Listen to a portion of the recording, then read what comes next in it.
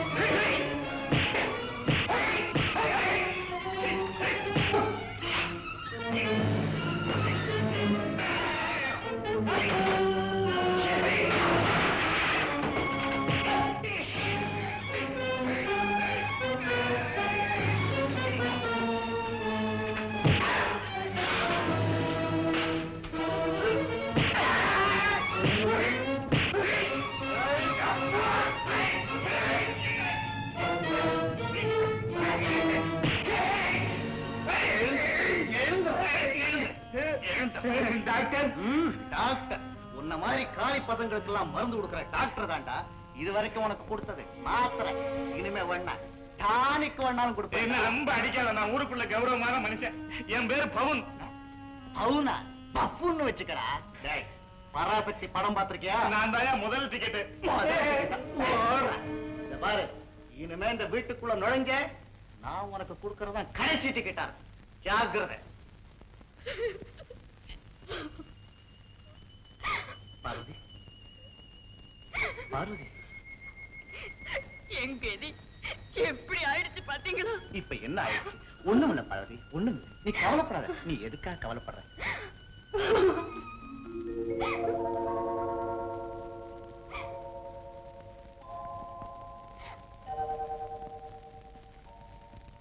இத பத்தியா? இது ஜட்ஜ் சிவராமனுடைய டாக்டர். பிஎஸ்சி படிச்சிருக்கா. ரொம்ப நல்லா இருக்கல்ல? நம்ம வாசுவுக்கு பர்ஃபெக்ட் மேட்ச். மீனா, இத பார். இந்த ரெண்டு போட்டோவுல உனக்கு யார பிடிச்சிருக்குன்னு சொல்லு. சின்ன எஜமானுக்குங்களா? ரெண்டுமே நல்லா இருக்குங்க. இவ கண்ணா போடி உள்ள. ரெண்டுமே நல்லா இருக்கு. இந்த பாருங்க, எனக்கு என்னமோ பிடிக்கல. ஜட்ஜி வீட்டு சம்பந்தம் நல்லதில்லை. அப்படியானா இத பார். இந்த பொண்ணு எம்பிபிஎஸ் படிச்சிருக்குது. நம்ம வாசுவும் டாக்டர். பொருத்தமா இருக்கும் இல்லையா? பொருத்தமா போகுதோ போட்டியா போகுதோ. சௌந்தரி, இது ரெண்டு நல்ல இடம், நல்ல பணக்கார இடம். பணக்கார வீட்டுல தான் பொண்ணு கட்டணுமா? என்னதான் ஒருத்திய பணக்கார வீட்டுல பிடிச்சிருக்கீங்களே, போதாதா?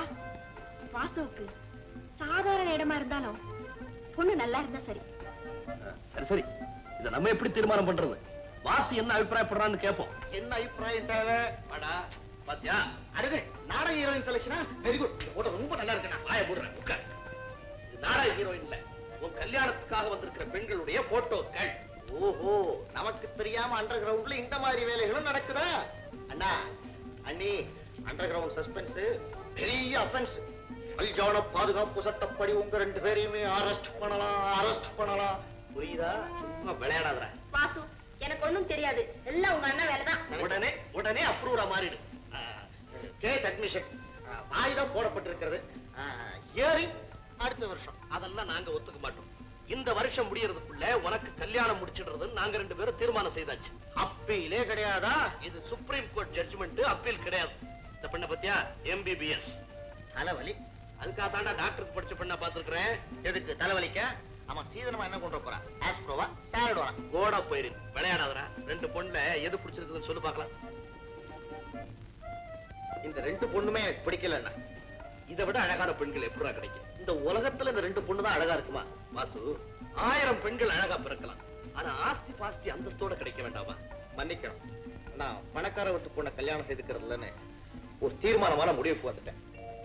ஓஹோ, சௌந்தரி நீயும் பேச்சு வச்சுக்கிட்டு தான் சொல்றீங்களா? அப்படியா? அண்ணி ஏசுடா. Very good. போதுண்டா, முட்டாள்தனமா பேசாத. வாசு, நம்முடைய பேரு, புகழ், கௌரவம், பணம், அந்தஸ்து இதுக்கு தகுந்த இடத்துல பெண்ணு கட்டணும்டா. இல்லன்னா ஊர் சிரிக்கும். உன்னை பார்த்துலடா, என்ன பார்த்து. அண்ணன் ஒருத்தர் இருக்கிறானே, தம்பிக்கு தகுந்த இடத்துல கல்யாணம் செய்து வைக்காம ஏதோ தர்த்தரத்தை போய் தேடிட்டு இருக்கிறானேன்னு கல்யாணத்துக்கு வர்ற லாயர்ஸ், போலீஸ் ஆபீசர், ஜட்ஜஸ் அத்தனை பேர் என் முகத்துல காரி துப்புவாங்கடா. ஏன் கோவப்படுறீங்க? வாசுவோட அபிப்பிராயத்துக்கும் ஏதாவது நோக்கம் இருக்கும். சௌந்தரி,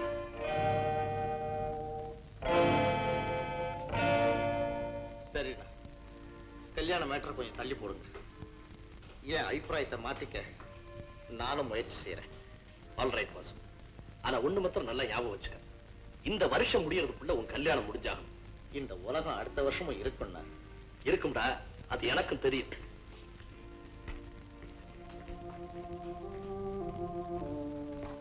அம்மா, சின்ன எஜமாதான் பெரிய இடத்து பொண்ணு வேண்டாங்கிறாங்க. நீங்களே ஏமா பணக்கார வீட்டு பொண்ணு வேண்டாங்கிறீங்க? இந்த வீட்டுல வாசுவுக்கு வர்ற மனைவி உனக்கு பதில் ஒரு வேலைக்காரியாகத்தான் வரணும். எனக்கு சரிசமமான ஒரு பணக்காரி வரக்கூடாது. ரொம்ப கெட்டனம்மா. மீனா, இல்லம்மா, என் பொழப்புல மண்ணா நீ போட பாக்குறீங்களே தான் சொன்னேன். அதிக பிரசங்கி. உன் வேலைக்கு இப்பவே மண்ணுதான். உன்னை வேலையை விட்டு நிறுத்தியாச்சு. போ வெளியே. அம்மா, என்ன டாக்டர் என்ன சொன்னாரு? உடம்பு சரியில்லைன்னு சொன்னேன். அதுக்கு நான் பார்த்தா போச்சுனாரு. அவரே போயிடுமாட்டாரா? ஆமாங்க, ஆ. இந்த மருந்தெல்லாம் கொடுங்க. தலகாணி எங்க? எதுக்கு? இல்ல பாய கொண்டாந்து இருக்கீங்களா? தலகாணி எங்கன்னு கேட்டேன். இவ்வளவு பிறந்தா? அவ்வளவுதான் எனக்கு தாங்க. ஆ. எனக்கு எத்தனைக்கு எத்தனை சொத்துகள் இருக்கோ ஆ. அத்தனைக்கு எத்தனை என் உடம்புல சொத்துகள் இருக்கு. நிறைய சொத்து வச்சிருக்கீங்களா? அதுக்கு என்னங்க குறைச்சல்? ஆ. 6 காரு, ஆ. 4 வீடு, ஆ. 2 பொண்டாட்டி. அதான் 2 பொண்டாட்டி. மருந்துனால உனக்கு குணமாகாதியா? நீங்க என்ன பண்றீங்க? காலையில எந்திரிச்ச உடனே எங்கேயும் காலையில எந்திரிக்கவே முடியலைங்க. குழைச்சு எந்திரிச்சா ஒரு 5-6 மைல் திபு திபு நடையா? கார் யாரையா கேட்டா உன் காரு? அதனால தான் இந்த போறாரு. நீ நடந்து போ, திரும்பி வா. நிறைய தடவை ஒரு 7-8 வாட்டி வீட்டுல வந்து கஞ்சியா குடி. கஞ்சி அதெல்லாம் முடியாதுங்க. ஆப்பிள் ஹார்லிக்ஸுமே நான் சாப்பிட முடியாம தவிக்கிறேன். கஞ்சிலாம் வேண்டாங்க, எனக்கு இந்த மருந்து கொடுங்க சார். இத்தனையும் இப்பவே 1 hour ஆகும். ஏங்க? நீங்க என்ன பண்றீங்க? முதல்ல நேரம் ஏதாவது கடைக்கு போய் ஒரு கூடையோ இல்ல கோணியோ வாங்கிட்டு வாங்க. எதுக்கு? ஐயோ, மருந்து வாங்குற மாதிரியா வந்திருக்கிற? மணிய கடையில சாமான் வாங்குற மாதிரி வந்திருக்கிற. போயா. நிறைய மருந்து இருந்தா என்னங்க, எனக்கு நிறைய தம்பி இருக்கா. வச்சிருக்கியா தம்பிகளை? சொத்து புறாத்தையும் ஆஸ்பத்திரியிலே அடிச்சு விடு. ஐயோ என்னையா? ஐயோ, என்னையா? வயிற்று வலி தாங்க முடியல சார். ஐயோ ஐயோ. யோ, வயிற்று வலி இருக்குதுல்ல, அப்புறம் ஏன் கத்துற? வாய் வேற வலிக்க போதியா? சார், நான் ரிக்ஷா எடுத்து ஒரு குடும்பத்தவே பொழைக்க வைக்கிறேன் சார். எனக்காக நீங்க ரிக்ஷா எடுக்க சொல்றியா? இல்ல சார், மலிவான விலையில ஏதாவது மருந்து கொடுத்து என் குடும்பத்தை காப்பாத்தணும் சார். என்னால நடக்க முடியல சார். ஏயோ, வயிற்று வலி வச்சுட்டு உன்னை யாரையா நடக்க சொன்னது? டாக்ஸில வந்தா என்ன கெட்டா போவேன்? ஐயோ, நான் எப்படி சார் டாக்ஸியில மட்டும் ஏழப்பட்டவன் சார். ஏழப்பட்டவன் சொல்லி கண்டத கடியை தின்னு புடுற, வயிற்று வலியில அவஸ்தைப்படுற. ஏயோ, ஹார்லிக்ஸும் ஆப்பிளும் சாப்பிட்டு உனக்கு வயிற்று வலி வருமா? ஏ சார், பணக்காரனை பார்த்து கஞ்சி சாப்பிட சொல்றேன், ஏழைய பார்த்து ஹார்லிக்ஸும் ஆப்பிளும் சாப்பிட சொல்றேன். எப்படி சார் முடியும்? ஏயா முடியாது? ஏயா, இப்ப போனானே பணக்காரன், அவன் ஹார்லிக்ஸும் ஆப்பிளும் சாப்பிட முடியாம வச்சிருக்கான்ல. ஆமா ஐயோ. அதை நீ வாங்கிக்கிறது சரிதான் ஐயோ. உன் வீட்டுல கஞ்சி இருக்குது இல்ல? ஆமா ஐயோ. அது அவருக்கு கொடுக்கறது. சரிதான் ஐயோ. என்னையோ, அதை செய்யா, 2 பேரும் நல்லா இருப்பீங்க. சரிதான் ஐயோ. போயா. ஐயோ ஐயோ. இவன் வலியில கத்தல, ஏதோ விக்கிறான். கொஞ்சம் சும்மா இருங்களேன். எல்லாம் தெரியும் முடியுது. என்ன கம்ப்ளைண்ட்? ஒண்ணுமில்லைங்க, இவருக்கு அடிக்கடி நாய் மாதிரி கோவம் வருதுங்க. நாய் மாதிரியா? என்ன வெட்டரினரி கேஸா? ஆஸ்பத்திரி மாறி வந்துட்டீங்களா? நேரா மாட்டு ஆஸ்பத்திரி கூட்டி போங்க. என்ன சொல்ல? பாத்தீங்களா, எப்படிதாங்க வள்ளு வள்ளுன்னு விழுறாருங்க. நீங்க தான் எப்படியாவது குணப்படுத்தணுங்க. குணப்படுத்தலாம். முதல்ல அவர் கழுத்துல ஒரு சங்கிலியை மாட்டுங்க. இல்ல ஒரு மைனர் செயின் போட்டுக்குங்க. என்ன சங்கிலி போட்டுறேன். ஆகாரம் நாய் மாதிரி கோவம் வருது, வள்ளு வள்ளுன்னு விடுறாரு.